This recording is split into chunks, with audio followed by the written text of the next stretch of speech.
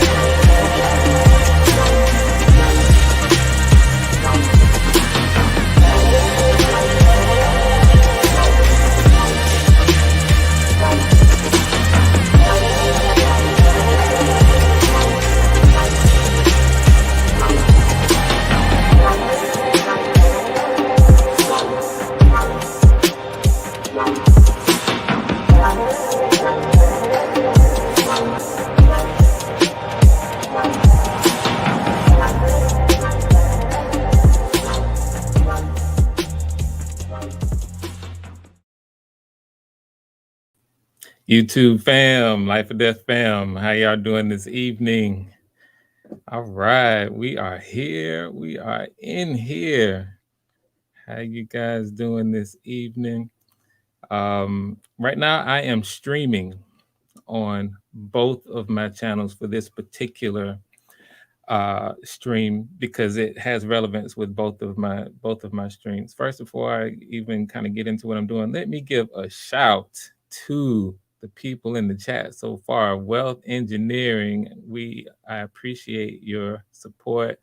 Brother, I was on your channel, and like I mentioned before, I appreciate the fact that you are a natural teacher, bro, and you have a lot to share. I personally, just giving you some props, I want to give you a shout. I personally have learned a lot from the few short times that I have been on your channel, Wealth Engineering, and you inspired me to really take a hard look at what's going on over here in crypto investing. And I have signed up to your Discord, and of course I've subbed to your channel, and I continue to move forward with that. So, and there's some synergy. Maybe we'll get a chance to talk about it. There's some things about what you do that I intend to directly use in the stuff that I'm doing, and so it's some real synergy going on. Sophia Sharif, what's happening? Sophia, you have been coming through on the channels and supporting, and I appreciate you coming through always, and you making sure that people give the likes, and hopefully we'll get a chance to work together in some capacity beyond what you're doing now. And like I said, that striking photo, I know that whatever the story is behind, you don't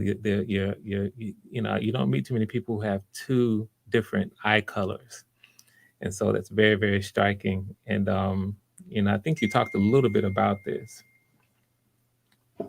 and so hang on real quick. I think you talked a little bit about this, so you never know.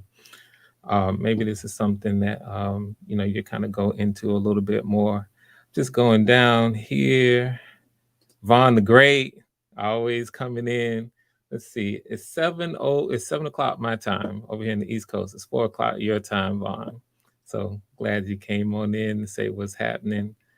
Let's see, going down. Always good. Always supporting the brother, and you making you trying to. I know what you're doing. It's a method to the madness, Vaughn. You earmarking a part. You want a part in Life or Death. I'm just teasing. I'm just messing with you.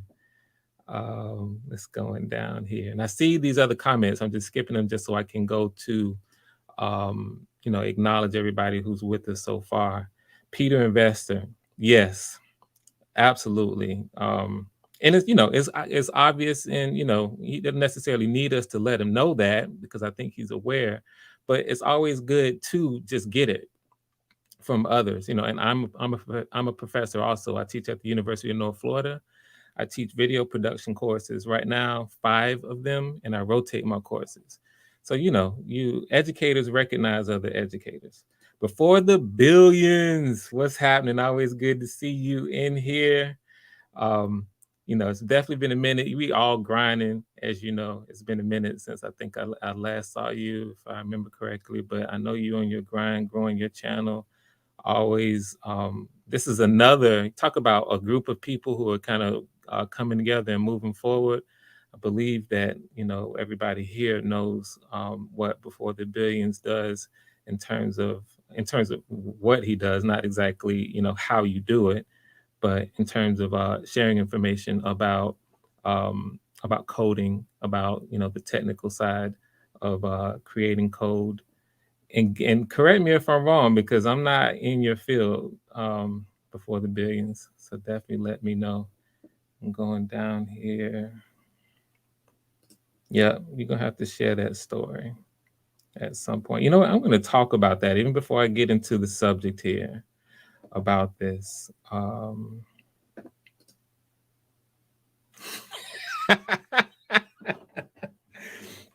So here's my definition of a natural teacher, Wealth Engineering.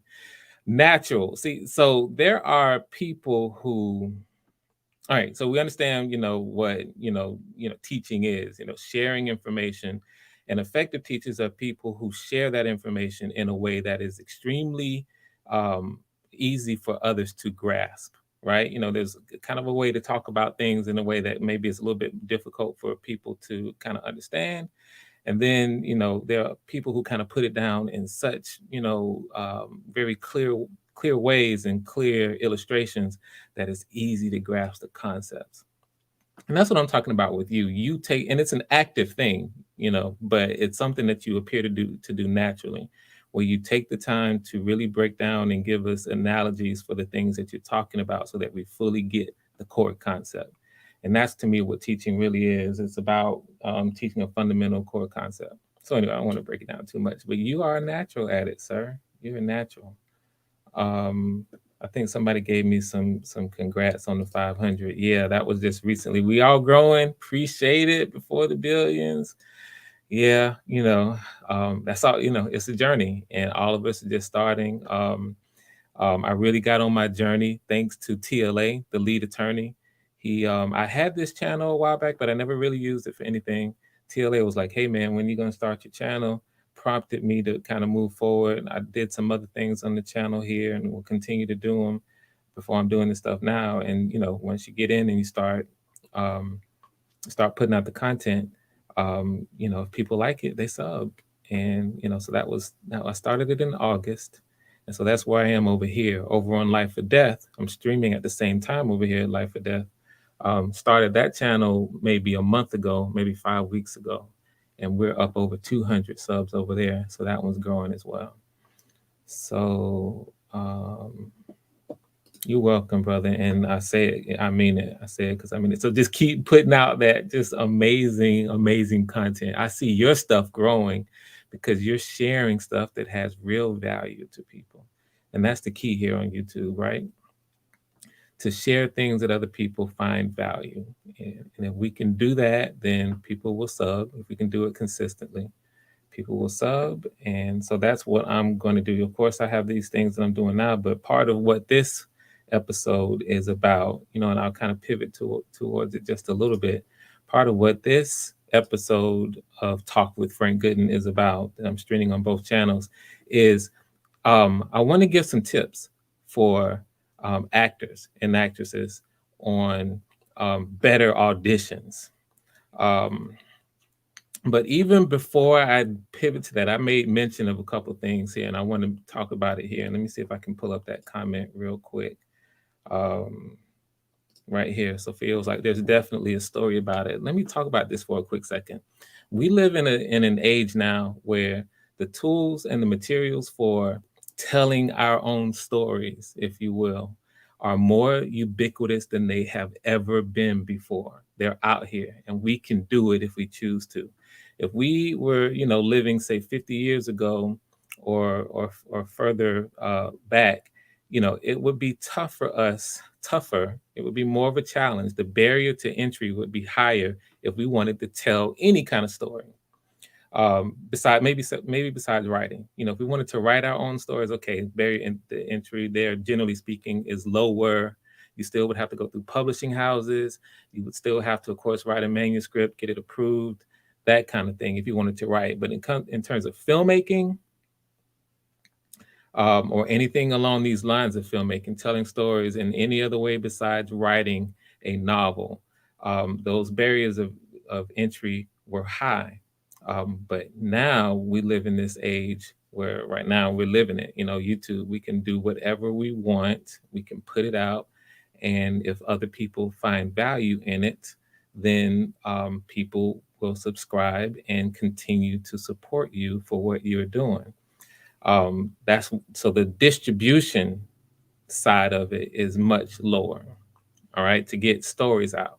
Then the production side of it is much lower because now we live in an age where we can actually go out and produce credible stories visually with smartphones, with the cheapest smartphone tech out there, and have it, if we know what we're doing, have it look have it have a certain amount of production value that that will not keep people from identifying or getting the story, so to speak. And I'm gonna come to the chats in a minute while I kind of get into this concept. So when I'm locked in here on what Sophia typed here, there's definitely a story behind it. I say that we should now begin to think about our storytelling maybe a little bit differently than we have in the past. The way that we kind of thought about in the past is if we want to tell a story visually is, oh, let's go make maybe I can make a movie by writing a script and taking it out to Hollywood, and maybe I can get someone to make my movie, if it's a story about you or your life, or say it's just a story that when I made my first film, Love Trap, and I'm sure any all independent filmmakers kind of went experience this, or people in Hollywood. Everybody has a story. Oh, I got an idea for this. I got an idea for this. They come to me, and because I would the one who's now made a film and have the expertise in terms of an education. I have an MFA in filmmaking from Florida State, and oh, I got a movie for this. I got a movie for that. We live in a time now where we can tell our own stories, and as African Americans, as people and I'm talking in America now, because when people see this, but people are going to really see this all over the world.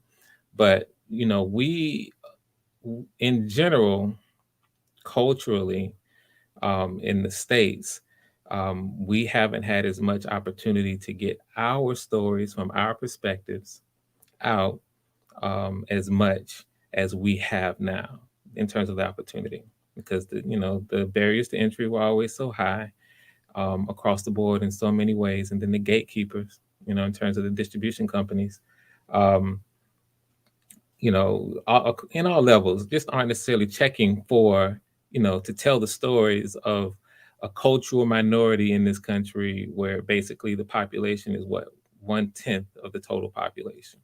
All right. If you just want to be real about it. But our cultural impact, as we know, is so huge across the board.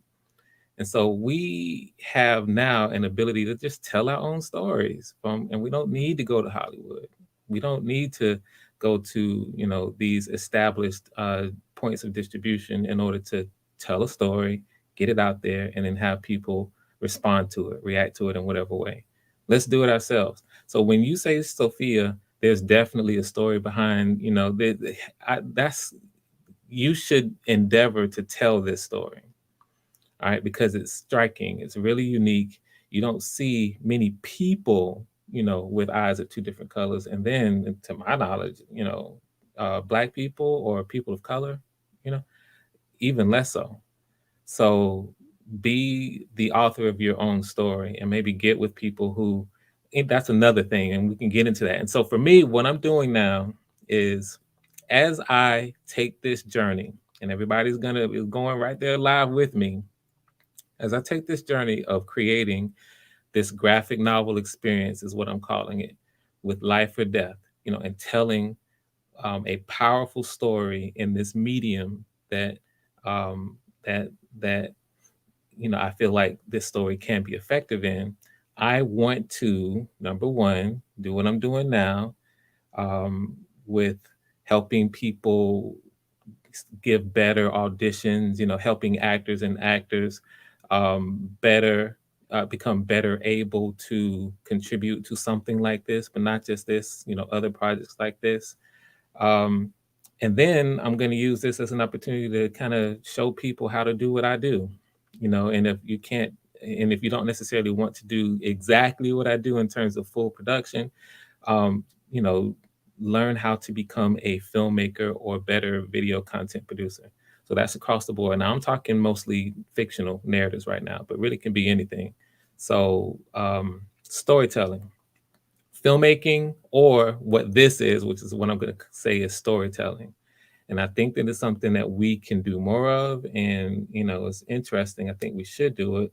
And this has the potential to kind of represent something that can be lucrative, can be, successful financially, as well as some other ways, for us, if more of us jump into it. So I'm just going to put out content on how to do it and the things that we need to focus on.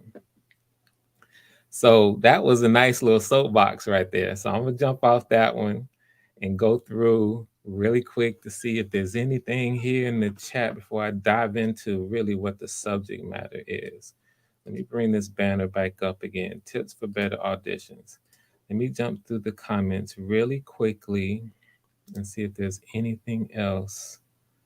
Um, just flying through them. It's so good to see you guys coming and joining in.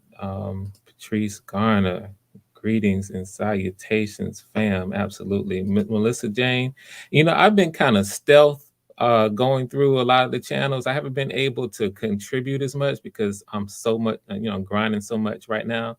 But Melissa, I've been liking the stuff on your channel, Wealth Engineering. You know that I've just mentioned how I've been on your channel as well. And I look forward to just participating more, but it's a grind. It's a grind. These, casting. I've looked at right now easily over 200, 250 auditions as I'm casting for this.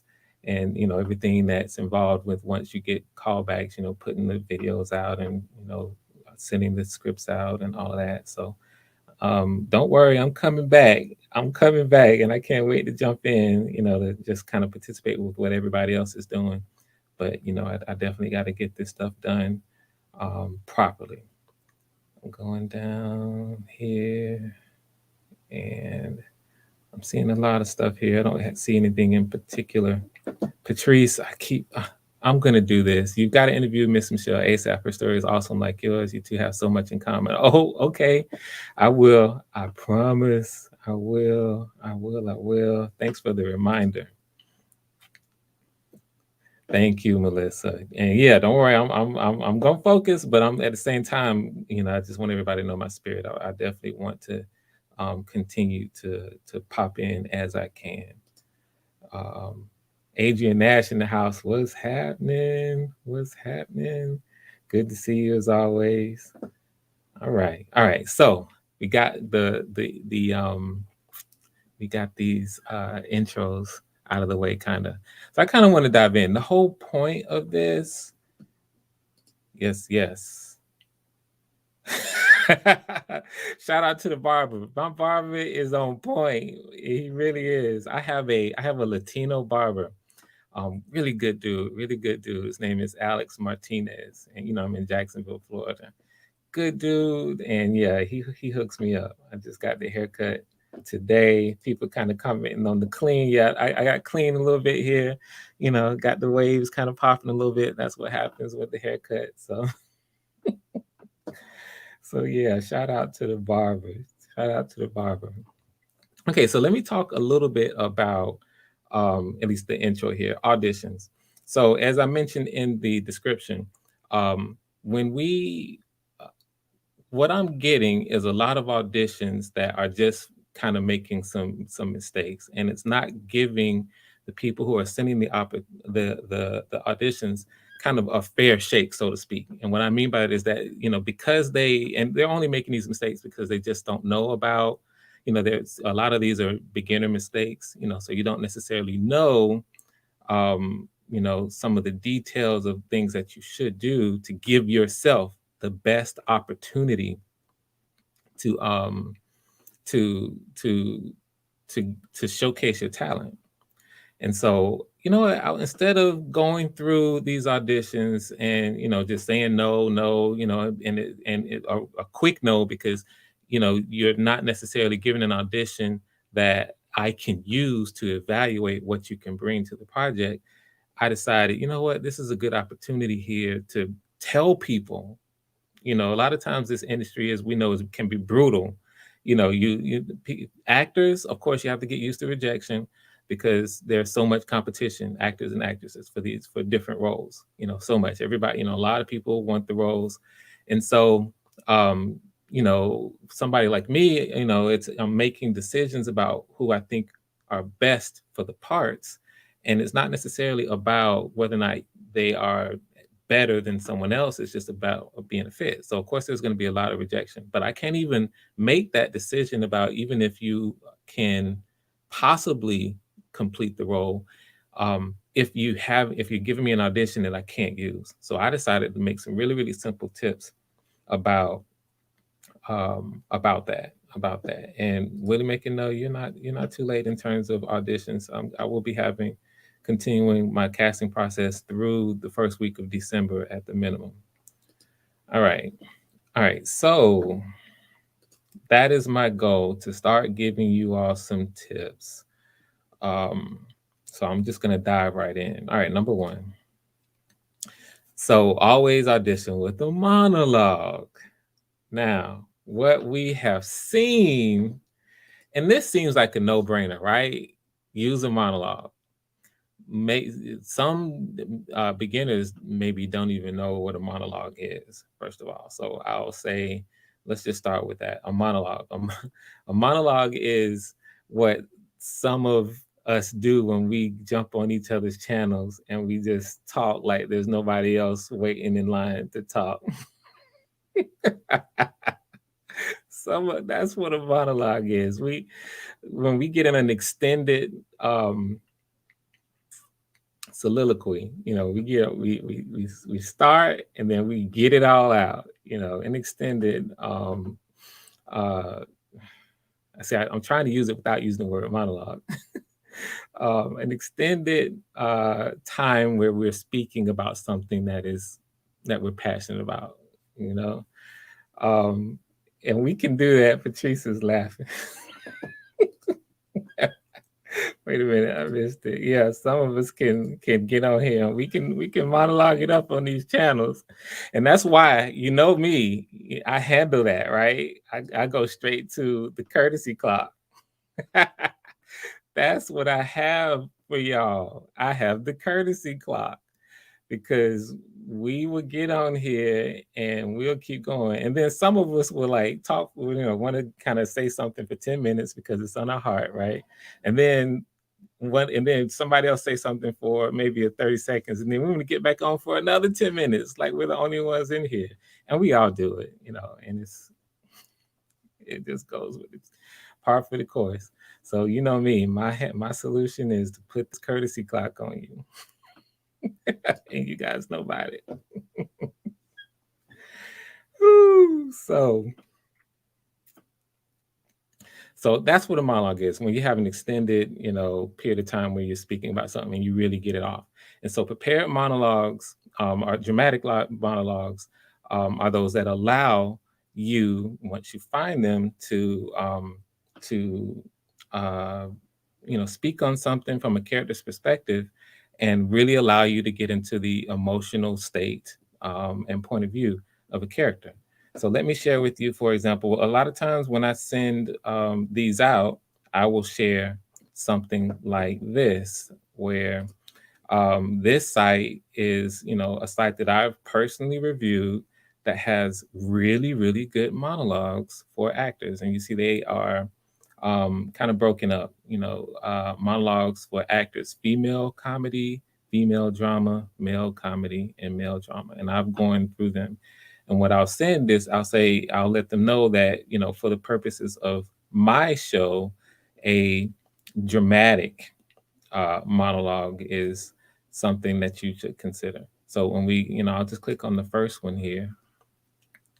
So here you have a monologue, and you know, in this dramatic female monologue, Linda talks to a stranger she met in the park about how she wishes she could be and feel more pretty. So boom, there she goes. So Linda's letting it go right here. So if you were to choose this one, then this would be, a good choice for showcasing to me, as a director, as a casting director, what you could possibly do. Okay, how and so you always start out with a monologue, and the reasons why I kind of start with that, and I'll pull this down for now, is because some people, when they audition, believe it or not, I have had many people send things to me that are not monologues. So things like commercials, say, that they've done, advertising a product, or reading prose, or even poetry, like, say, if it's a poem that they wrote, or spoken word piece, and they will send those kinds of things to me, and that would be their submission, and that would be it.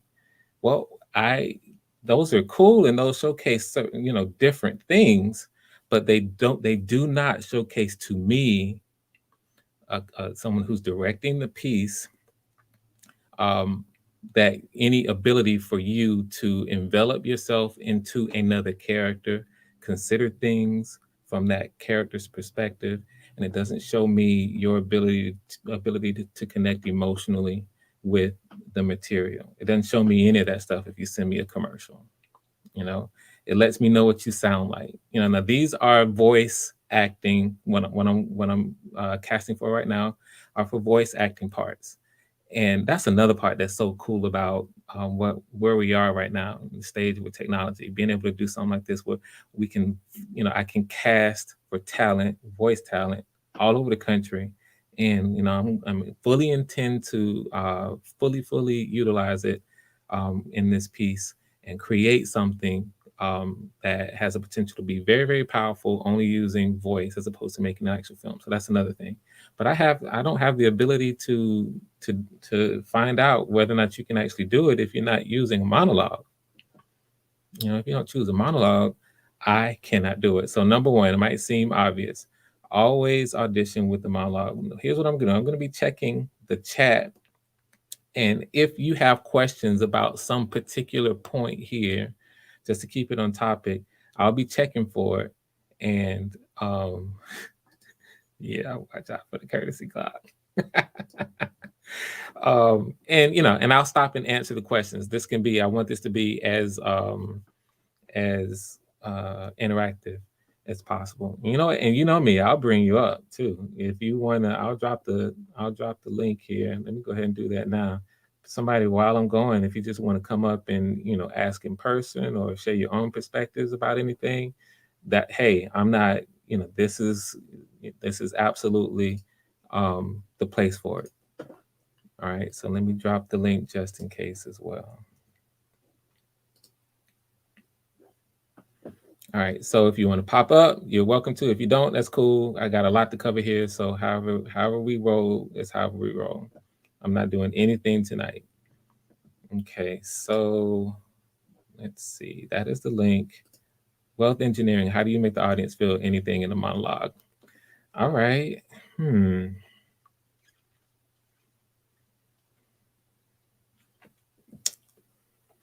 I can answer that question academically, or I can answer that question by showing you what people have done.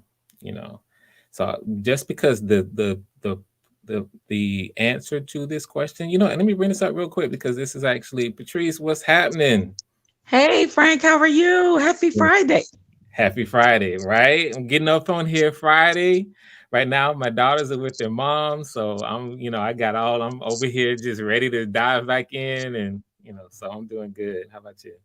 I'm good. Thank you. I appreciate you having this tips conversation. I just want to ask your a professional opinion on this because for me, any stage play that I have auditioned for or any part, Mm-hmm. and when it's asked for us to bring a monologue, Mm-hmm. I have all, unless they give us one in particular, like sometimes how they would give us, they would give you the monologue, and that's what you would have to uh to read whatever, perform out that, for the audition. But in the instance, the ones that I've been where they say bring a monologue or Mm-hmm. create your own monologue, in Mm-hmm. those spaces, I have always tried to get information on the story or whatever the play is about or the situation and create in my head what I think it is. You did that And with then mine. Go and ahead. yes, and I did that with yours, and I would write out a monologue based on what I'm auditioning for to let them know that I'm into it. You know what I mean? Yeah. Like that's where my imagination went with it. And in your opinion, what do you think professionally? Do you think that's a kind of good thing to do? So professionally, thanks for asking that question. And it's so professionally, I think it's creative and I think it shows exactly what you just said. Mission accomplished on that. It really shows how you're trying to vibe in to whatever your notion is of what the play is about, the production is about. So it does work there. It's risky, however, Mm-hmm. because how well you are received or interpreted has a whole lot to do with how well you have written a piece that allows you to be able to do that. And if you kind of guess wrong, then you might deliver something that might not necessarily be as close to the point as you want. And then really more importantly, you may be writing something that does not allow you to bring certain things to the table that I'm actually going to be talking about um, with respect to some mistakes that people made. So it's Okay. risky. So it's Thank it's you. it's I good and it's appreciate that. creative, but it's Uh-huh. risky. Yes, and you know what? You're so right because I've been told that by some director, like, wow, you really took a risk at writing this based off of like the scenario. But see, because I took Hmm. your trailer Hmm. and some of your wording, some of your and my imagination goes off of that. Like that's just I don't know. My wheels got to spinning in that sense. And that is the creative side in me. And I Yes. have and I must admit, I am a risk taker. I Hmm. really am. I mean, I my whole career in entertainment, I've taken risks. Not always paid off, don't get me wrong, Hmm. but I have always been that risk taker. So you're not saying anything I haven't heard before. So Hmm. I just want to say thank you. I appreciate your honesty, your professionalism, because I've heard both sides of those coins, the Let me pros say and this the cons. too. So like I would, based on what you just told me and the way that you go about it, like I might characterize you as having the soul of a writer. Have you written your own songs? Do you write a lot? Are you, because to me, Yeah, the way you just talked about it, you're a writer. You yeah. create in that I'm a way. songwriter. I am a songwriter as well. I don't give myself the credit enough as a songwriter more than Mhm. I do as a singer and an actress. Mhm. But yes, I do write. I have a whole big 300-page log of songs that I've written, and and if I don't do them, I try to pitch them to artists. So yeah, absolutely. Listen, so I love to hear that. I love to hear that because this is what I'm talking about. So songwriting, as you know, I don't have to tell you anything here. You're doing it. But songwriting is just another way of storytelling, and it's Yep. a very, very powerful way to tell a story. It's very powerful. And we're entering into this age now where, like I said, we can self-publish, we can sell, and we've been in that age in terms of creating music, creating songs. And so I just want to encourage you, and we're going to continue to talk about this. I just want to encourage you to lean into that when you can and as you can. Lean into that part of it. You got 300 songs approximately that you've written, or you said 300 pages, should I say, of songs that you've written. And so you have a lot of material that you have created that it doesn't need to be legitimized through the industry unless you choose to take it that way. You can Right. totally put out your own stuff in your own way, own everything, and you know all about the music side, but on the other side, own everything. And just based on what you're telling me, and I've heard your voice, you can sing, SANG, sing. So you can be a powerhouse, and I'm sure you know that. Thank I appreciate that because I thought about on as far as on film and television, like it, bringing my songwriting or either just like you said, storytelling to that side of it because I envision that. I Mhm. envision I envision already in my mind the type of stage play that I would write. I already got it envisioned. I just got to put it on paper now. So Mhm. yeah, absolutely. I am going to continue on this path of trying to be sort of a Pied Piper, if you will. And, I got to get started with myself, with back on the horse, should I say, with the stuff that I'm doing, but of encouraging people to dive right into or lean into this side of it, because we are entering into a time, and this is where there's a little bit of synergy with what wealth engineering is talking about. Wealth engineering created um, a stream about how artists can use NFTs, and basically how artists can use NFTs in this coming environment that we are entering into to profit from our work. And we are, as creators, are in a very interesting position to be able to take advantage of what's coming.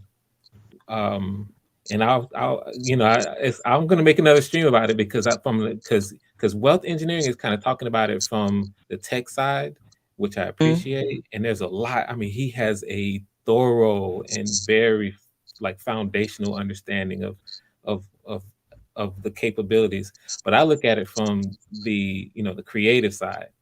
In my perspective, I'm seeing things as well that I want to make a stream about, because now's the time to lean in on it. Awesome, awesome. Well, Mhm. thank you. I appreciate you giving me your perspective. It means a lot. I appreciate it coming from you, especially being on that other side of the spectrum in this profession, as Mhm. your perspective, the pros and the cons of it. But I have always been a bit of a risk taker. It's just kind of in my Keep it blood. I up. don't know. Don't Yeah, stop. No, don't yeah. apologize. So I will say that, but I appreciate you so much, and thank you so very, very much, Frank. I appreciate it. Thank I'm gonna go you. back down in the chat now and Okay, and listen to the rest of your tips. yep, yeah, and feel free to jump in whenever you want. It's all good. I will. Thank you so much. All right, you're welcome. All right. Okay, so number one, we're at number one. Always audition with the monologue. All right, we know it. I'll explain why, and it's pretty. I would say fundamental. I need to be able to see that certain things. That I just cannot see if you are presenting something other than a monologue to me as your audition. All right, I'm gonna go to the next one. All right, and I'll kind of, the ones that don't necessarily need to I don't need to go too deep in, I won't. We'll just keep going. Number two, learn and practice your monologue. Seems like another no brainer, right? Of course you want to learn and practice the monologue. The issue becomes that in this space with the voice auditions that I am currently encouraging people, what happens is that people can be tempted to kind of take a shortcut where it's voice. I'm not seeing you. All right. So I'm not in front of you. So the temptation is, I don't need to learn this.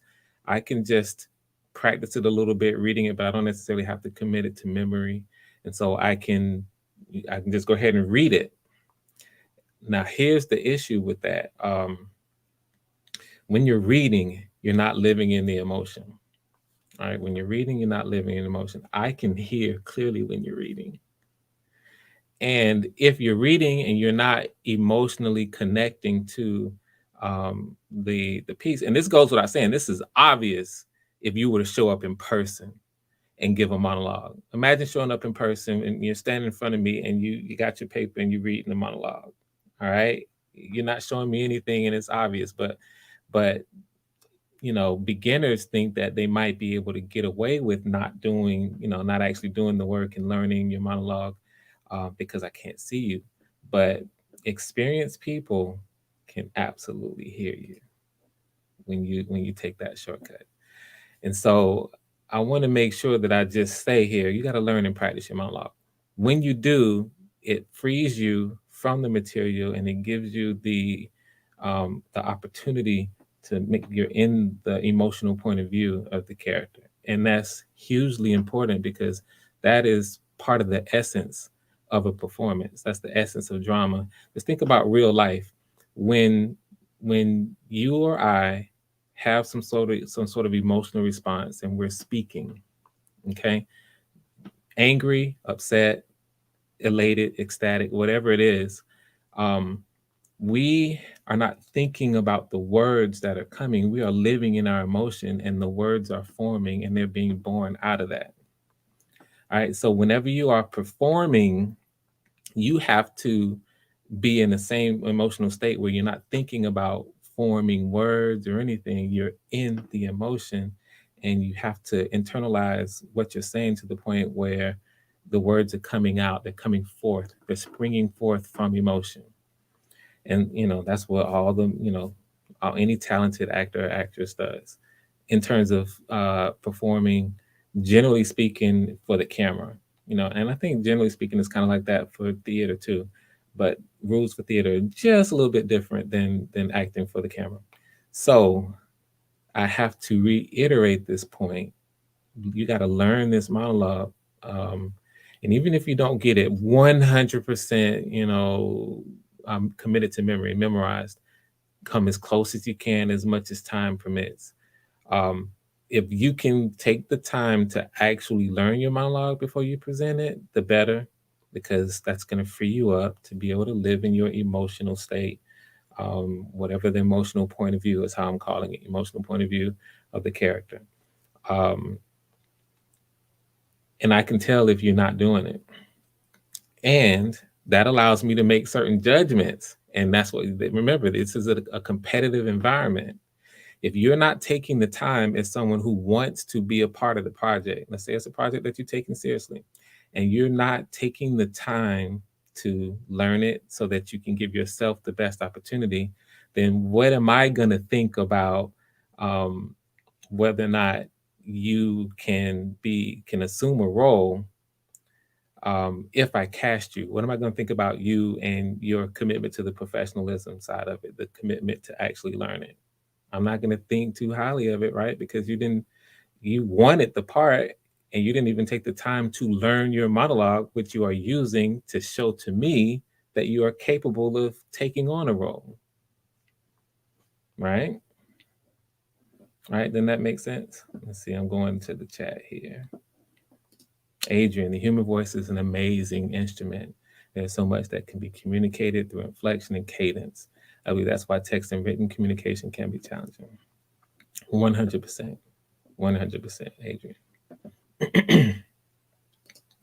Thank you, Vaughn.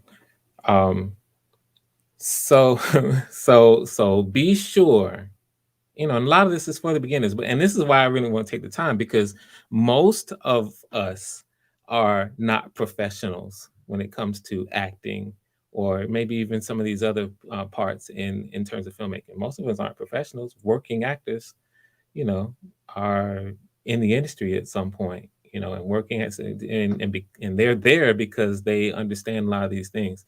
So this really is for all of us who are beginners, um, or maybe not necessarily pure beginners, but only done one or two, that kind of thing. It might not occur to you that these are the kinds of steps that you need to take in order to be taken seriously. Okay. All right. So good stuff. So it might go without saying, but this is why it's important. Make sure you learn and practice your monologue. Right. Right. And I'm going through now. I just want to make sure here there's any. Let's see. Okay. All right. So next step, depending on when you find out about um, a given audition opportunity, you might not necessarily be given enough time to really, really, really learn a monologue that you choose. Now, make some of you, I would say, especially when you hear all of the tips that I give you, and I have 9, by the way. There are 9 tips I'm going to share with you tonight.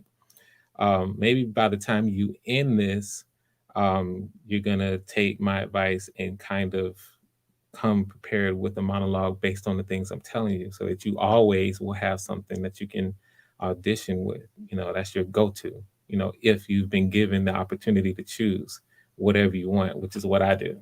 I do believe in allowing you to choose for a lot of different reasons. So, number 3, if you are not completely comfortable with the monologue, don't apologize. Don't come in saying, "Oh, I didn't get a chance to learn this, and please excuse it if it's not perfect, and but here we go. Don't do that. Don't do that for someone like me, because what I'm looking for when you start is, number one, of course, your ability to connect emotionally, but for you to commit with confidence in the choices that you make. And I'm going to talk about what choices are and all these things in this tips video. But the point is, you at some someone like me who's experienced, um, and also has a certain amount of talent for recognizing the potential for performances. I'm going to see really quickly and really clearly whether or not, you've made a mistake here or there. And I'm ignoring those because I'm not looking for the perfect monologue. I'm looking for your ability to do certain things. And so it's about execution on the things that you do well. I'm not looking for for perfection, meaning that, oh, I'm going to, watch a monologue, watch for a mistake. Oh, they made a mistake right there. They're out. No, new. Instead, I'm looking for the things that you execute really, really well. And when it comes to, a blind audition, just the first time coming in with the monologue, this is what most directors and casting directors are looking for, among other things. Your ability to do what you do well. And, so we're going to be looking at potential here as evidenced by what we see you can do. So we're making judgments kind of on potential based on what we see you can do. And so, yeah, so you don't, so move with confidence is what this one is all about. So I'm making sure I include this because just in case you don't have the time to fully commit for whatever reason, to memorizing a monologue, then do the absolute best that you can, throw everything you have at it. And then when you do, and it's time for you to go, go. That whole fake it till you make it type thing. Come in with all due confidence and don't let that show, and don't come in apologizing saying, oh, I didn't have enough time. I'm not comfortable with this monologue. Don't do that. Okay. Thank you. These are some tips. I'm telling you, and I'm about to go. Melissa, you just stay tuned. I'm going in a little bit. This is just the beginning of a number of things. I'm going all the way in. Let's see here. Patrice, my first acting role was a commercial for an attorney. We didn't get the monologue until audition day. It was long, but I got picked because I ad libbed as much as possible the base concept. There you go. This is a perfect example where you don't come in, basically with the leading with excuses, you know, the oh this is a long monologue and I only had an hour to do it and this and this and this and this is, but here we go. No, instead you just bring what you have to the best of your ability, focus on what you can do, and then step forward in confidence and press forward. This is a perfect example, Patrice. Patrice, that's two now, that's twice now. Oh, and let me go back real quick. That question that Wealth Engineering was asking. So an example is what Patrice Garner has done. When I said I could tell you or I could show you, Wealth Engineering was asking, well, how can we show and get people to, it was something along the lines of how we can get people to connect emotionally or emotionally respond to a performance, to a monologue. Well, good monologues, absolutely. You feel through the person's talent and skills, you feel the connection to the person, and when they perform it, they have the ability to take you there and feel where they're coming from, and in some cases emotionally respond, especially the powerful ones. I mean, these are like really the kinds of stuff that we kind of see, and what's on my channel are very, very simple. um I would say maybe level one type monologues. Even when they're done well, there are people who can and will, audition with monologues that, let's just call it like level three auditions, where they absolutely will take you to the scene with them 100%, again, through their talent and their skill. So it's one of these things that wealth engineering that is better shown than talked about. You know, that's a good way to put it, I think. All right. Before I go to the next one, just checking the chat. Just checking the chat. Thanks, Vaughn. Definitely, because I'll forget. I'll dive in. Hit the like button. Subscribe if you're new. I'm on both my channels right now, so let me take the time. Actually, this is a good, nice little break here, right between my next point to say. Let me go to my banners. That if you, these are my channels. This one, Talk with Frank Gooden, and I'm going to go ahead and probably copy that. And this is the Life or Death.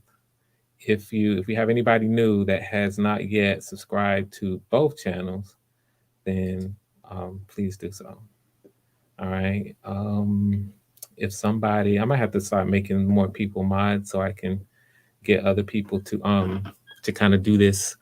Maybe post the links to the channels while I'm going at it, so I don't go in and try to do that stuff. If I had right now, Big Boss, my Gail, she's probably busy with other things. Because if Big Boss Gail was here, I wouldn't have to say nothing. So I need to make more of your minds. Let's see. Just going down here. Right here. My dad used to drill in our heads, excuses yield no results. Surely makes a difference because confidence can get you in great positions. Yes, your dad knew what he was doing. He knew what he was doing. Ashley Jackson. Yeah. Everybody giving props. Okay, good stuff. All right. So, next point, next tip. Pulling it up right now. All right. Tip number 4. When you are performing, take your time with your performance. If you notice with some of these auditions, when I went through them, I actually,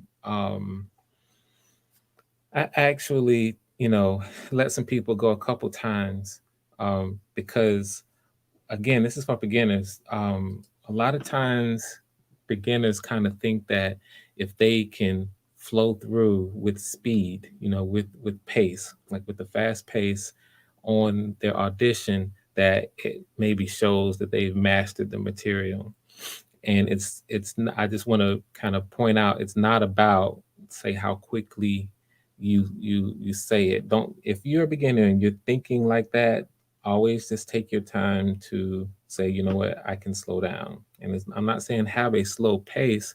I'm just saying take your time and be comfortable with your emotional connection, because that is what people are responding to. Different people have, I kind of relate, I kind of say it in a kind of a nerdy computer techie way. Different people have different, I'm going to say, clock speeds. They think, different people think at different rates and speak in different rates. um, some people um, think lightning quick and speak lightning quick, where they'll get a sentence out in a half a second that might take me 2 seconds to say. Meanwhile, there's some people who just might take your time and, kind of chill and get their sentence out when they do, like I'm doing now. And I'm not worried too much about how long it takes me. I just take the time to compose my sentences and get it out, you know, speaking sound bites, really consider what I'm going to say before I say it, and so people, and so we have these ranges. So just be comfortable with whatever your clock speed happens to be. Be comfortable with that. Emotionally connect. All right. So take your time with your performance. That's what that one is. So that one's pretty self-explanatory. Key thing, just want you to be comfortable with your performance. All right. Checking comments before I move forward. Looking good so far. All right. Oh, and this is one I should have mentioned earlier. When you're choosing a monologue, All right, so I gave you I shared earlier, you know, a link with um, a lot of good monologues. And in general, when you choose one, you want to choose one that just doesn't have any profanity or inappropriate content. You just never know whether or not the person who you are auditioning for has any particular sensibilities. So you don't want to make the person you are auditioning for, the casting director or the director, you don't want to make them feel queasy or uncomfortable in some kind of way. So generally speaking, just steer clear of it, just for those reasons. So I should have mentioned this one like number one or two when we're talking about what a monologue is and what you should do. Choose a monologue whenever possible with no profanity or inappropriate content.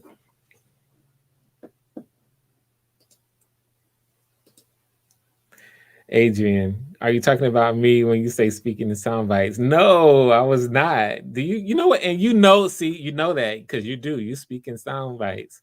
So that's why it's so funny, Adrian. Because I'll tease you because you don't like this one right here. Adrian struggles with the courtesy clock. So see that clock? And Adrian likes to take her time with how she composes her sentences. And she wants to be very clear about her word choice. So Adrian will take her time, but that clock puts the pressure on Adrian. So she's not feeling that. No, I wasn't talking about you right there. Um, I wasn't. Let me pull this clock off. This clock, just seeing the clock is probably making you a little nervous, right, Adrian? I'm just messing with you. All right. So let's see here. Next one. Next one. All right. Now, these next couple are going to be important. And I do want to take a little bit of time to talk about these because this one is a common mistake here. All right. So make sure that you choose a monologue that allows you to showcase more than one side of your personality. What I've gotten a lot of times in these different monologues and auditions for Life or Death are are monologues from people that it allows them to sort of be one note is how I maybe should describe it. They choose a way or an aspect of their personality that they want to put front and center, and then the whole monologue is done that way. So it could be ultra cool, ultra, you know, let I actually have an example coming up using the Matrix. So I got the Matrix in my brain, and Lawrence Fishburne is a character who in the Matrix who we kind of see a performance sort of like this, where that character is ultra smooth, ultra cool, measured. And, I'm comparing a whole performance now to a monologue, but imagine, a monologue where that was that single note, no matter what was going on, whatever the emotional point of view is of the character, imagine that's what was being given to me in the audition. Well, okay, let's say they do that really well. Well, okay, I can see that you can do that, but as someone who's evaluating whether or not you may or may not be good for a role, that well-written parts have ranges, and I'm a writer. I know what I'm doing. I know exactly what I'm doing when it comes to writing characters and writing scenes. And so, my stuff, there's no character that's going to be, a one-note character. Um, so I need to see what I'm looking for and what most casting directors are looking for, um, are are to see whether or not you have more than one side of your personality to show in the performance. So if you only show that one side, then it's very limiting, and I simply don't know whether or not there's, maybe this is who you are. And no matter what you decide to read, I'm gonna get Morpheus. You know what I'm saying? No matter what it is. So I need to see what it looks like, because you may be able to do, be very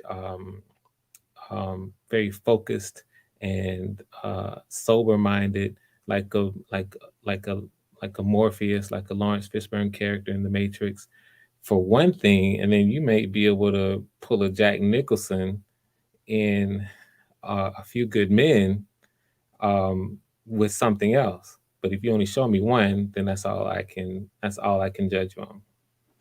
Okay, so make sure you pick a monologue that allows you to show more than one side of your personality. And that's a big one because a lot of people don't do it, especially a lot of beginners. You don't do that.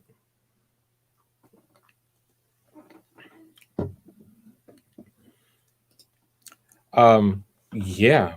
So Ashley Jackson says, is this why actors and actresses get typecasted at times? Yes, it has to do with that because they are really, really good at a certain thing and they get cast for it. And then what happens is, and maybe sometimes they can only do that, whatever that thing is that they do, but sometimes maybe they can do more. Often maybe they can do more. But yeah, you do really well in something, and it's like a caricature as opposed to a full performance, and um, they do it so well that other casting agents and directors begin visualizing them doing that exact same thing for other films. And so boom, you know a, a decent example of it might be back when there was a time when in Hollywood Sam Jackson would be typecast for his ability to give this very um, charismatic explosion type performance. Where he go all the way over the top with something when he's angry, but it's incredibly focused. It's incredibly charismatic, and it usually for him had a lot of cussing in it. A perfect example of that. And it started with, I believe, Pulp Fiction with him when he did when he delivered a certain line, a certain monologue in Pulp Fiction, killed it, murdered it. And then next thing you know, a lot of people throwing him in stuff like that. What was it? Snake, remember Snakes on the Plane? And he had one line that sold the movie. They made sure they put this line in every advertisement. I'm tired of these MNF and snakes on this MNF and plane, something like that. Remember that? And he just killed the line. And that's an example because he was doing a whole lot of that. And to this day, there are commercials and all that showcase Sam Jackson blowing up, one side of him. But Sam Jackson is an incredibly talented actor. And of course, he overcame that. I don't think he was ever really limited by that, to be honest with you. He just kept getting cast in those kinds of roles.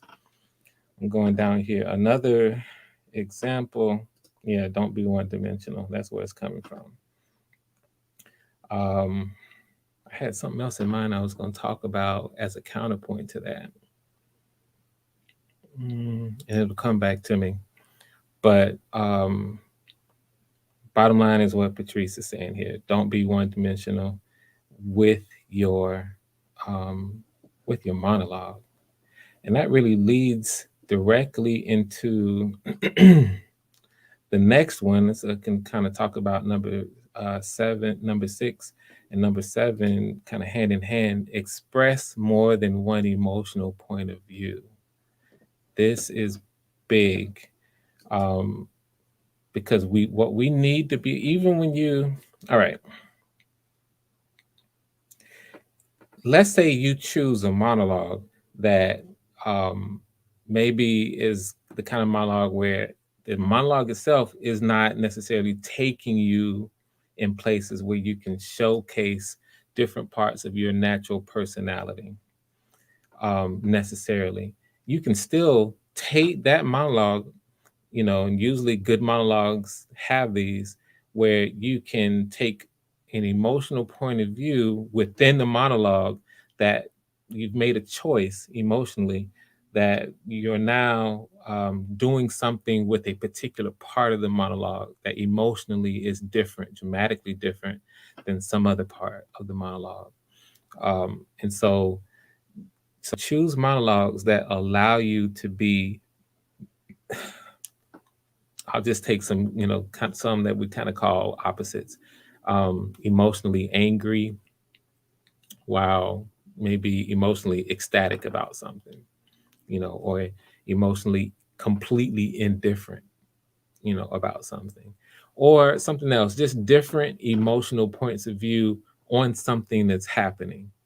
And when you're reading it, you're making decisions about, okay, here is where I'm going to take an emotional point of view that's different than where I am right now.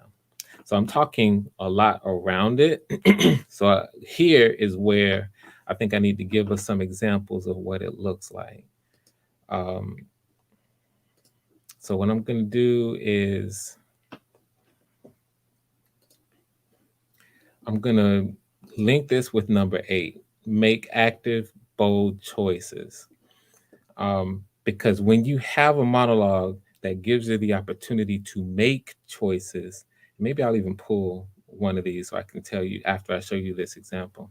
Um, then, even if you do it just once and your choices are active and bold in terms of what you decide to do, it shows me that you have some range now. It shows me that emotionally you can do a number of things, and it shows me what you look like and what it sounds like when you make those choices, how they are executed. Of course, that takes talent. So it's showing me your level of talent as well. It's showing me a lot just from doing that. So what am I talking about when I say, um, what am I talking about when I say, um, create a monologue, or find a monologue that has these different choices and that you're making them? All right, so let me pull this up. I'm going to talk us through some of it. I'm not going to play this whole thing, but I decided to pull um, a scene from, and I wrote his name down. I want to make sure I get this right. Lambert Wilson. He played a character called the Merovingian in the Matrix. Now, how many people saw the original Matrix? And this was Matrix 2 and 3. How many people saw the Matrix series? Type of one, or just let me know in the chat if you've seen not just Matrix 1, but the whole trilogy, original trilogy.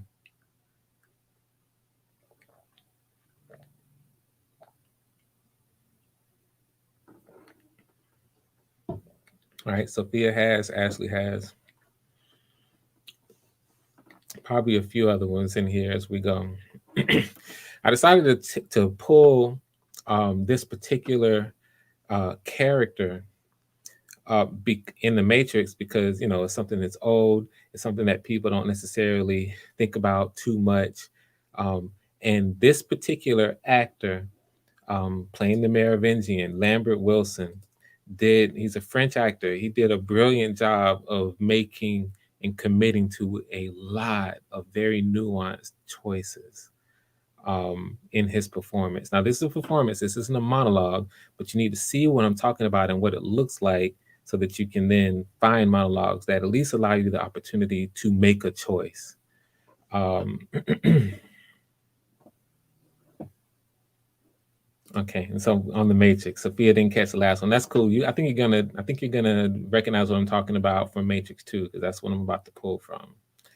And Adrian, you need to watch The Matrix, at least the first one. If you don't watch the whole trilogy, definitely watch the first one. It is a profound, profound film in a lot of ways. In a lot of ways. Vaughn is getting it here. So showing your range is very important when you do a monologue. Yes, showing your range is very important, period. The answer to that question is yes, no ifs, ands, or buts about it. All right, so let's see what we're talking about with, in fact, leading directly into this question here. It's about showing your range and and and making active choices about where you are, what you're doing. So I'm going to talk a little bit about this as we go. All right. All right, let's bring this up. I have heard so much. You honor me. Please sit. Join us. This is my wife, Persephone.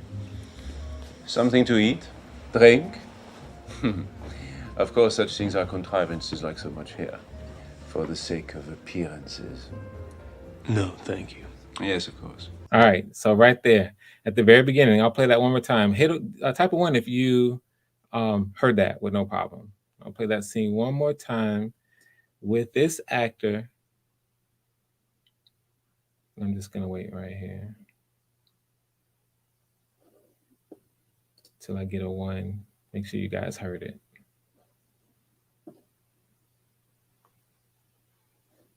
I'm just waiting until I get a one here. It's gonna be, yep. Okay, cool. I'm gonna play it one more time here. I have heard so much. And notice this choice that this actor is making right now, he is absolutely welcoming them, to his this is kind of his world. This is where he's running things. He's the head of it.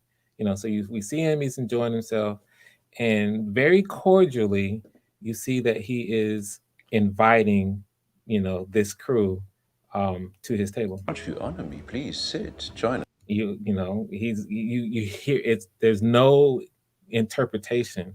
You honor me, please sit. This is my wife, Persephone. Introduces his wife. Something to eat? Drink? Of course, such things are contrivances like so much here, for the sake of appearances. Okay, but he's inviting them. Okay. And so that's a choice. Now, same actor. Let's see if I can go straight to it. Let's see this different choice he makes. No. Take time. How can we ever have time? All right, past here. Here. Château Aubryon, 1959. Magnificent wine. I love French wine. Like I love the French language. I have sampled every language. French is my favorite. Fantastic language. Especially to curse with. Nom de Dieu, de putain de bordel de merde de saloperie de connard d'enculé de ta mère. It's like wiping your ass with silk. I love it. Okay, so here, I don't know how many people here speak French, but at the end, he's cussing. He's cussing up a storm at the end there. But in terms of his choice here, what is he doing right here? Starting from Language. I have sampled every. Even before that. What is this? Who has time? But then if we do not ever take time, how can we ever have time? All right here. This gives us our clue of what he's committing to right here at the beginning. Château Aubryon, 1959. Magnificent wine. I love French wine. Like I love the French language. I have sampled every language. French is my favorite. Fantastic language. Especially to curse with. Nom de Dieu, de putain de bordel de merde de saloperie de connard d'enculé de ta mère. It's like wiping your ass with silk. I love it. Okay, so flat out, he is relishing, he is enjoying himself here. This is all about it, relishing and taking in the experience. He's doing nothing but just pure enjoyment across the board, from the wine. He talks about the French language, and even he's spewing pure obscenities here. This is funny. He's creepy. I don't trust it.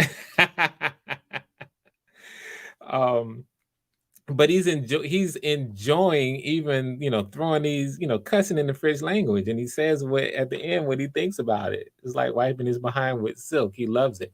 And so that's what's happening here. He's relishing, he's enjoying, he's loving. And we see it, plain as day, that is the emotional point of view that he's coming from as he's delivering these lines. It takes talent to be able to imagine, this is very clearly a different choice than the first choice that we saw with him, where he was welcoming them. All right. Actor then comes in and does this. We go through it. The question is, why sent here? You were told to come here, and you think you do, but you do not. What? You know the answer. Means it is not an end. And so, to look for one universal, it is the it is, of course, the way of all things. Sent here. I'm finding for it. Just hang on Wrong. for a minute. There we go. In effect. Everything begins with choice. No, wrong. Choice is an illusion created between those with power and those without. We'll stop there. So here, this is a different emotional space he's in now. All right. And based on how he's responding to the Morpheus character Lawrence Fishburne is playing, he corrects and then he's instructing very, very purely here. All right. And here we go. Vaughn is on to something here, showing range with calmness. So everything that we've seen him doing right now is an understated performance. So he's not, as an actor here, he's not overextending himself and trying to become something other than who he is.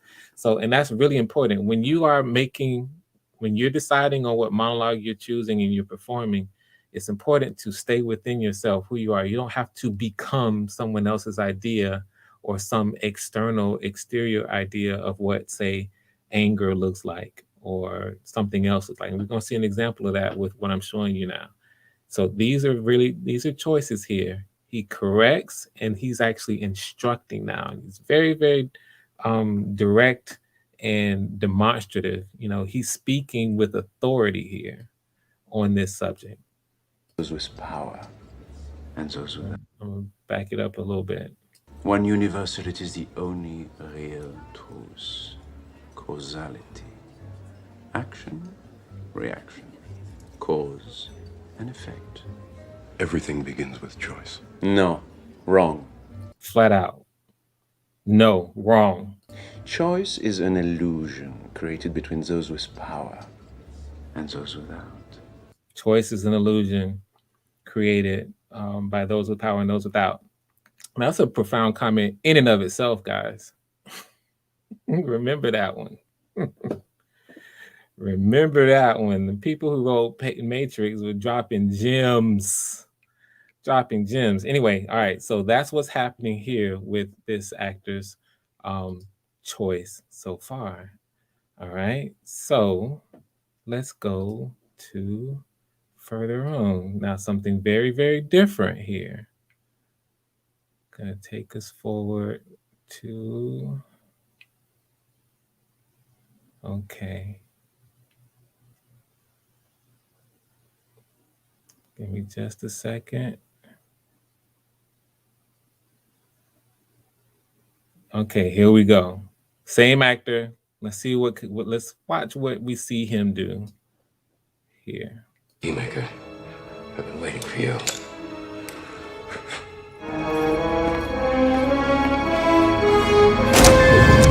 Oh! God, my God, Persephone, how could you do this? You betray me! Nom de Dieu, de putain de bordel, de saloperie, de couille de merde! Ooh! Okay, he's cussing here in French and some other things, but you see the dramatic choices that he's making here, and what he's doing with those lines. He's not relishing at this point. He's in a whole nother emotional space here. So we see him register shock. Now, not only do we hear the dialogue, but we can see, we got these visual cues as well. Very talented actor here. First, we see his shock, and then he accuses, he's accusing her, and then we see sort of this rising and building anger. He's angrily berating her for what he has now found her doing here. Let's watch that one more time. Oh! God, my God, Persephone, how could you do this? You betray me! Nom de Dieu, de putain de bordel, de saloperie, de couille de merde! See, we don't even have to know what he's saying there. He's absolutely angrily berating her at this point. And we see an actor with the talent to be able to flow really smoothly and quickly through three emotional choices right there.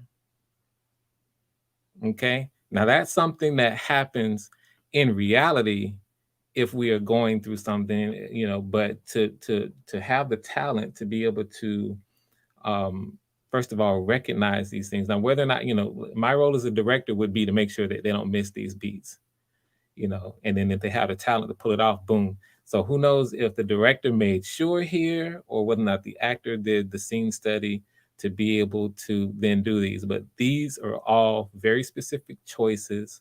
He's executing them, has the talent to be able to do it we absolutely believe him. We see him cycling through these, expert level here, and um, so we're able to see, the his kind of level of skill here, you know. So Adrian, he's living it. He's in that emotion, So imagine if he was, looking down at the script right here.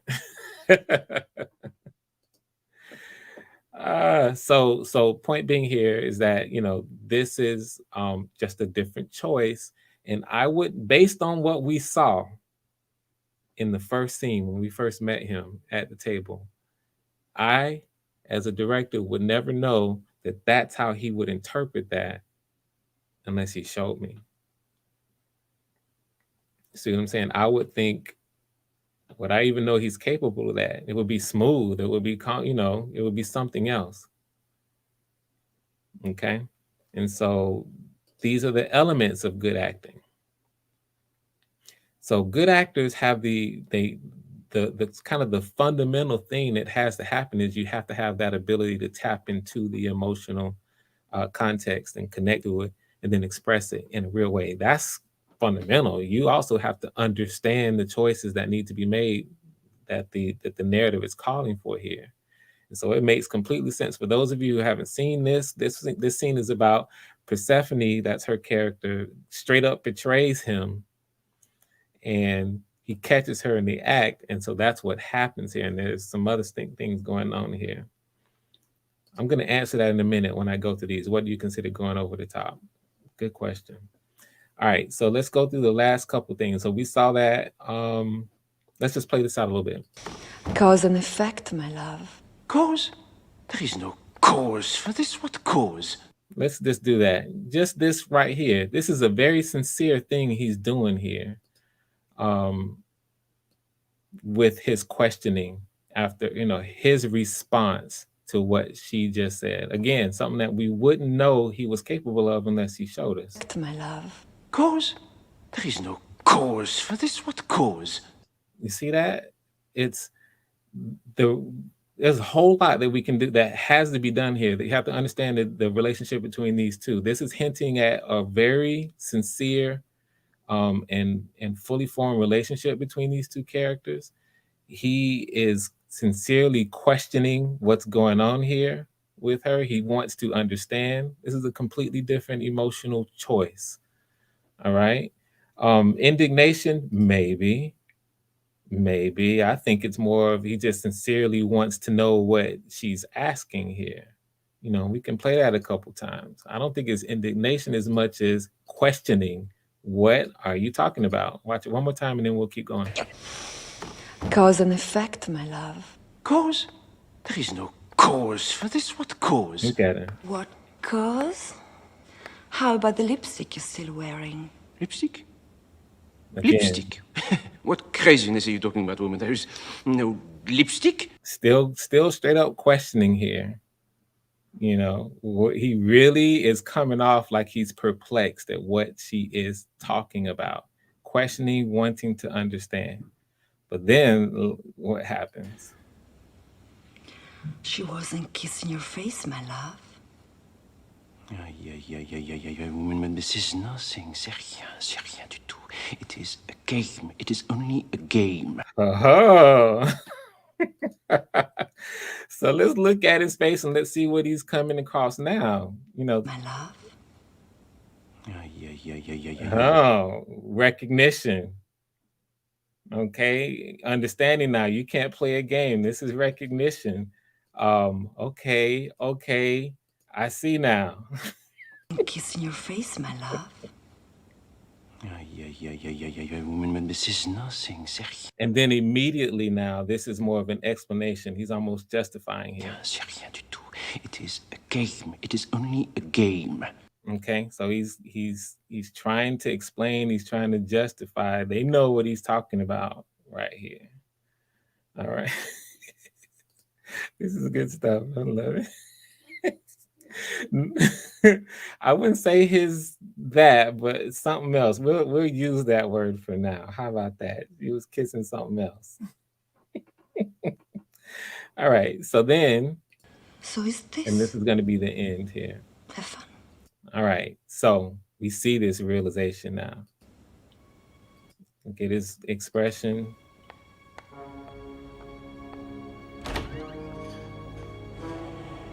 All right. All right. Let us find out where this goes. So he is now calculating, he's assessing the situation, and he's taking control. Again, none of this, all these are very different than what we've seen him do, what we've seen him do, this range is happening. He's assessing, he's taking control, he's, sort of putting together what he needs to do. And then at the very end, he commands. He's fully now in control, and he actually gives an order at the end of this. All right. All right. Let us find out where this goes. You two, get the keymaker. All right, straight up command. So now it's a completely different thing that he's going, and hey, this is the Matrix. I have to play this part. I can't show you all this stuff without showing you at least what happens here on this really cool, visually dramatic part.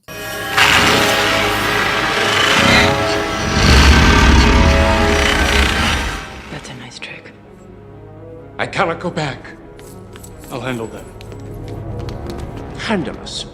You'll handle us. Okay, Adrian, this is where we get some indignation, maybe, and mocking.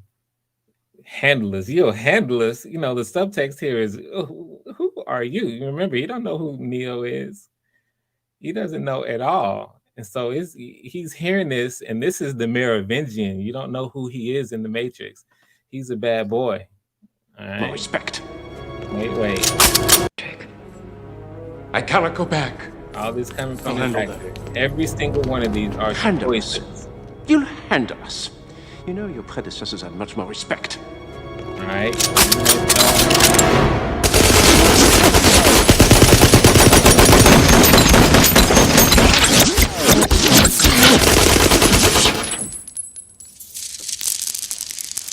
Okay, you have some skill. Begrudging right there. That's kind of a begrudging acknowledgement.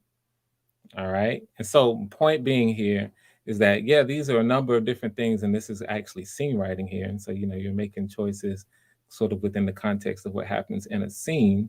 And yeah, it was another part of his anatomy, Patrice.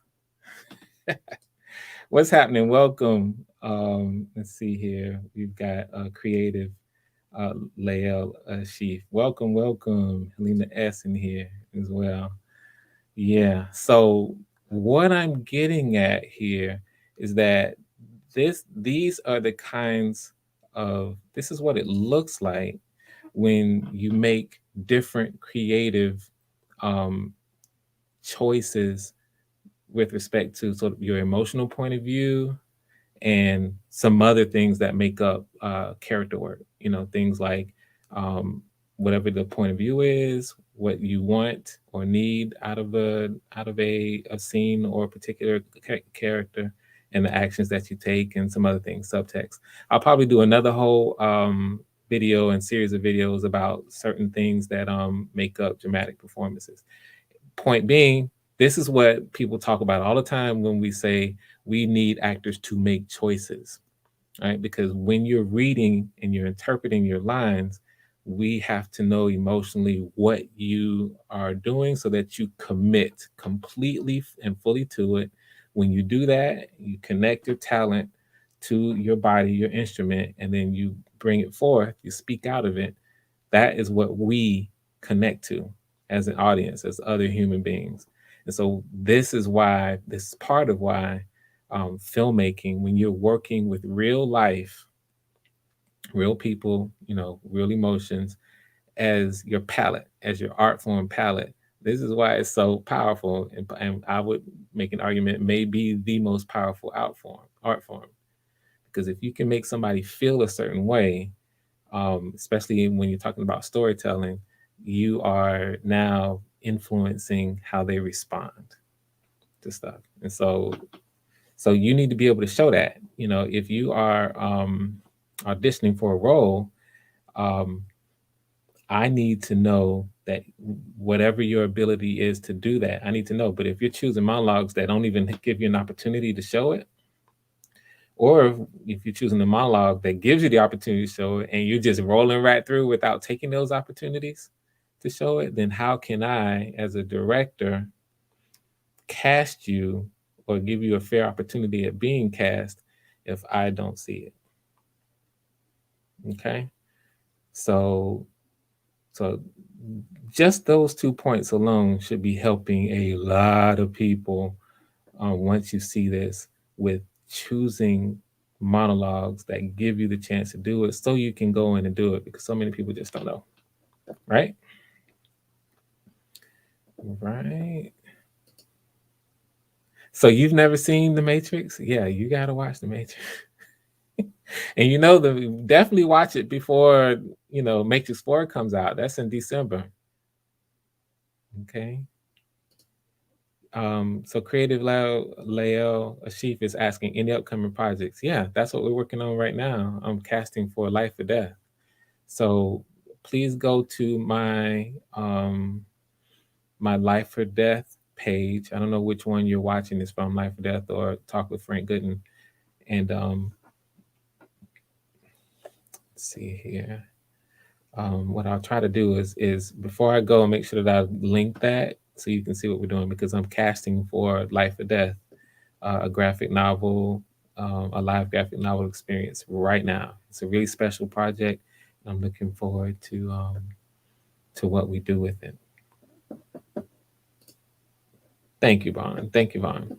All right, so that was number 8, right? All right.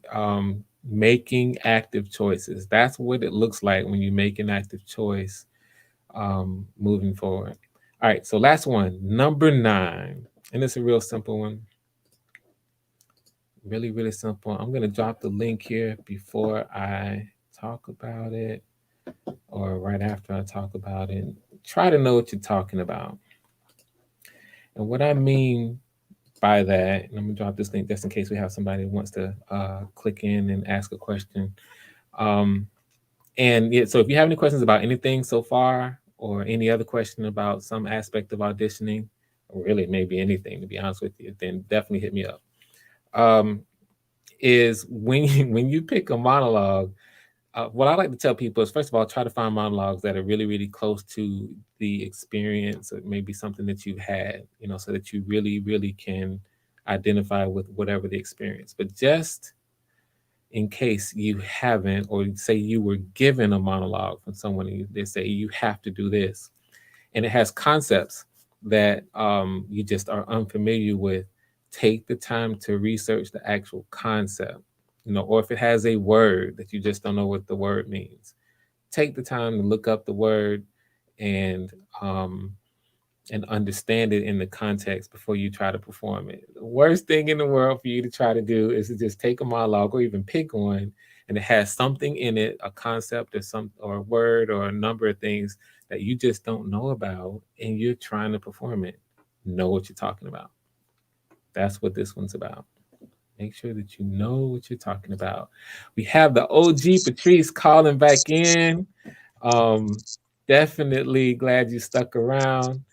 You got some questions or comments? What you got?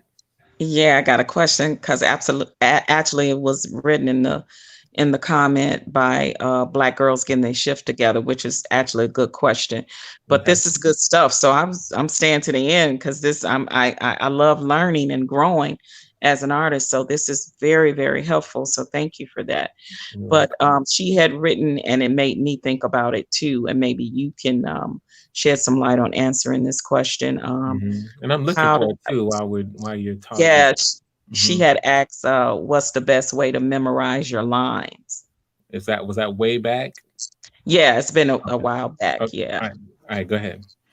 So is that it? You kind of Yeah, that was the question. Like what tips would you have for helping actors, especially new ones, memorize their lines? Like, I have a technique I go by, but somebody that's a first timer may not. And it's different ways people learn. So Yes. Okay. So I have some suggestions, But this is one area where I have less of an expertise because I'm personally not a performer. You know, I'm on the other side where I'm evaluating and looking for things that come from performers. But here's what I will say: what I have found is that um, when you, for a lot of people, we are auditory learners, and when we're looking at a page, you know, the tried and true way, of course, is, you know, you just read it and you try to say it over and over again, and you commit it to memory. You do it the what I'm going to call the old school way or the hard way. But I know personally what's helped me is I'll just record it, I'll play it, you know, I'll record it on anything. And these days, every iPhone has a recorder, and then play it back. And much in the same way that we learn music by playing it over and over again, you know, learning the words to a song, playing over and singing it with them, you do the exact same thing with your lines until you get them down that way. Usually, for me, it's faster. And once you get them down, this is just for me, then you can play with how you want to deliver them.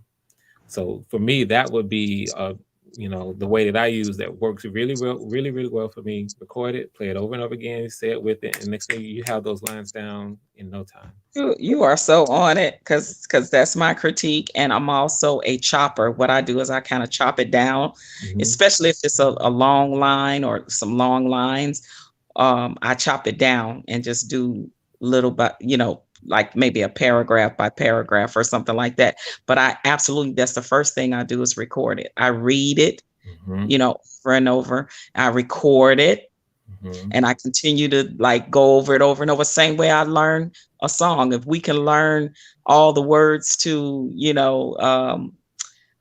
any song that may be Any your song. favorite song. And Yeah, never yeah. forget it. Now, Yep. some other things go along with that, but you know, we know words to songs that we learned 20, 30 years ago. Yes. Absolutely. And know So every word.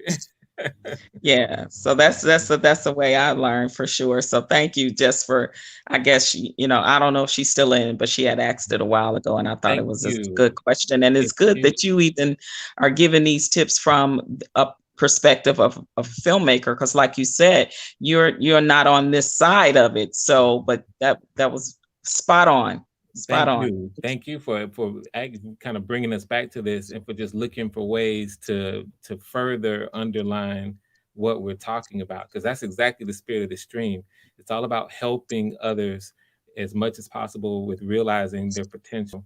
And so I would never have thought, I missed it while I was talking, and I never would have thought to come at it from that side of it because I'm not a performer. I'm on the this other side. So thank you for just Right. pointing that out. Yeah. And also another way for me that I have favorite actors and actresses that I've watched over the years, Mhm. and I've watched like facial expressions, demeanor when they saying certain things. So some of my favorites, I like to watch them too and see how they delivered it, and not try to be exactly like them, but try to be in that moment of Mhm. how would I would have react that way or similar to that way or something of that Mhm. nature. So, yeah, this is good stuff. Good stuff. Good stuff. Good stuff. Thank you, And these are the Frank. kinds of things you are so welcome. I mean, these are the kinds of things that, people go, the beginners go and they take classes on, and that's cool because, we definitely need that. But at the same time, these are kind of fundamental things that you can get and pick up outside. Now, it's always, as you know, Patrice, as I'm sure you Hmm. know, it's one thing to have someone come along and then say, these are the things that you kind of need to be thinking about. Yet and still, there's the other side where you actually have to go out and do it. And so that's a lot of times where the one-on-ones or the classes or getting in a group Absolutely. environment will help you Absolutely. because you still got to do it. You Yeah, learn and about I've done all of that. When I was in Las Vegas, I went to Debbie Reynolds School for Acting, and Okay. listen, YouTube got good stuff on like acting for people that can't afford it, because acting classes are expensive. They can be Yeah. expensive. They Yes. charge by the hour, so Yeah. it depends on how much work you need or how much dedication you are into it. Mhm. It's definitely a great tool, but YouTube have some free stuff. Take Yeah. advantage of that as well. So Take advantage. absolutely. Thank you. You're welcome. You're All welcome. right. Appreciate you All right. always. Thank you. Mhm. All right. Okay, so let me just put number 9 back up here. And I think we are at the end, just reiterating, know what you're talking about. So, you know what? At the very end here, let me just fly through, no explanation. If you want to go back, just hit the replay and you'll see everything from beginning to end because I definitely took my time on each one of these points. Number 1, always audition with a monologue. Okay, it might seem obvious, but you'll know why I talk about this point when you hit the replay. Make sure you learn and practice your monologue. Number 3, if you're not completely comfortable, press forward and don't apologize. Proceed with full confidence in whatever preparation that you've been able to do. Number 4, take your time with your performance. Be comfortable in your space. Don't feel like you need to rush through, your actual performance. Number 5 is a little bit out of order. Make sure you choose a monologue with no profanity or inappropriate content so that everyone is in an environment where you're comfortable with what you are performing. Number 6, show more than one side of your personality. Very, very critical here that you choose a monologue that allows you to be able to do that. Number 7, express more than one emotional point of view in your performance. I talk about what that is, how you do it, and I use a scene from The Matrix to break down number 7 and number 8 here in terms of expressing more than one emotional point of view. And the way that you do that is you got to look at your material and make active and bold choices about the material itself. That's number 8.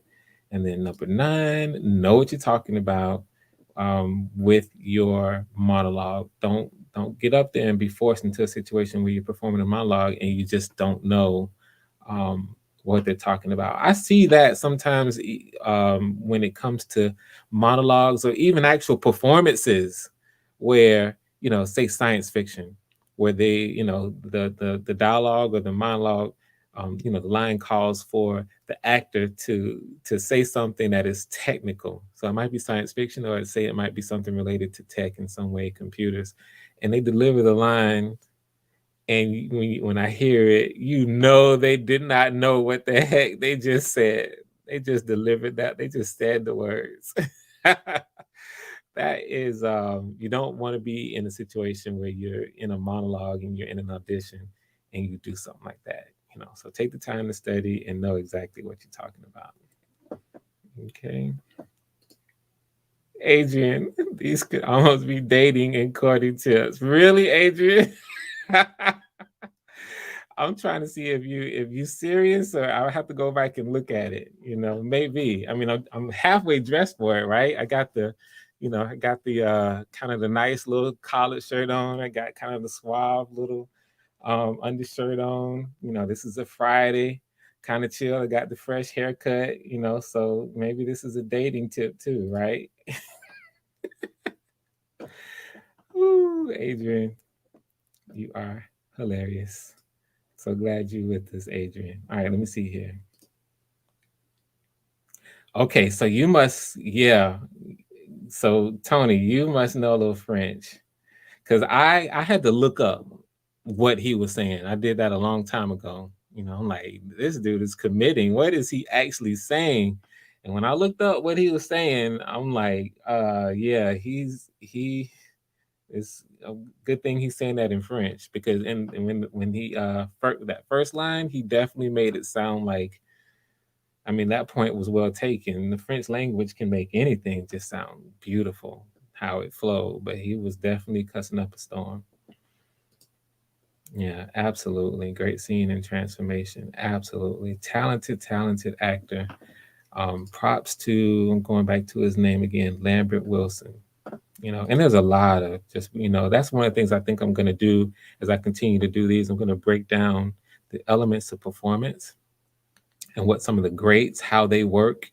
And we can see, the choices that they're making.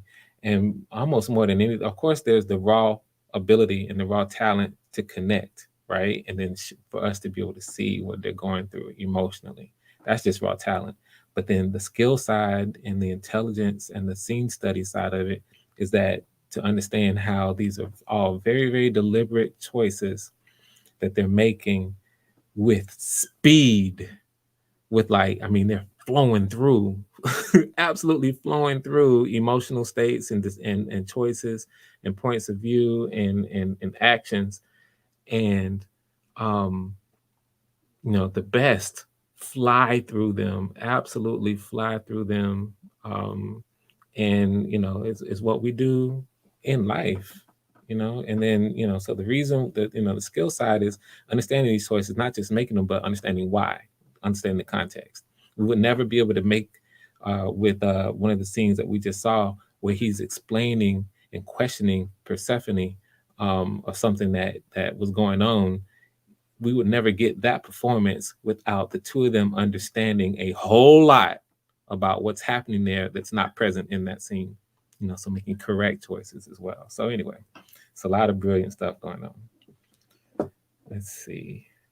Yeah, Adrian, you were tripping me out. You were tripping me out. You are such a joy. Keep coming back to my streams, Adrian. Let's see. I may have used that word in my life. Okay, guys.